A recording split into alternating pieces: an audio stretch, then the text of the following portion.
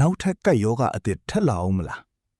အခုရက်ပိုင်းထိုင်းနိုင်ငံကလင်းနိုးတွေမှာကိုရိုနာဗိုင်းရပ်စ်မျိုးစိတ်သစ်ထပ်တွေ့တယ်ဆိုတဲ့သတင်းအွန်လိုင်းမှာပြန့်နေတာအားလုံးသိကြမှာပါဒါဟာသတင်းတူမဟုတ်ပါဘူးထိုင်းနိုင်ငံ Digital စီးပွားရေးနဲ့လူမှုအဖွဲ့အစည်းဝန်ကြီးဌာနကတရက်ဝင်အတည်ပြုလိုက်တဲ့သတင်းအမှန်ဖြစ်ပါတယ်ဒါကြောင့်လူတွေကြားမှာကိုဗစ်တုန်းကလိုအခြေအနေမျိုးပြန်ဖြစ်မလားဆိုပြီးစိုးရိမ်နေကြတာပါဒါပေမဲ့တကယ်တမ်းစိုးရိမ်စရာမလိုသေးပါဘူးဘာလို့လဲဆိုတော့လက်ရှိချိန်ထိလူသားတွေစီကူးစက်တာလုံးဝမရှိသေးသလိုကက်ယောဂဖြစ်ဖို့အခွင့်အလမ်းကလည်းအရန်နေပါတယ်ဒီ virus ဟာ COVID-19 ထက်ယောဂဖြစ်နိုင်စွမ်းတိတိတသာယုံနေတယ်လို့ပညာရှင်တွေကဆိုပါတယ်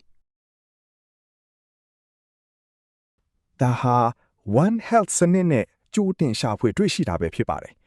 သတင်းမှားတွေကိုမယုံပဲတရားဝင်ထုတ်ပြန်ချက်တွေကိုပဲစောင့်ကြည့်ပါမိတ်ဆွေတွေစိုးရိမ်မှုလျော့သွားအောင်ဒီသတင်းအမှန်ကိုအခုပဲ share ပေးလိုက်ပါဦး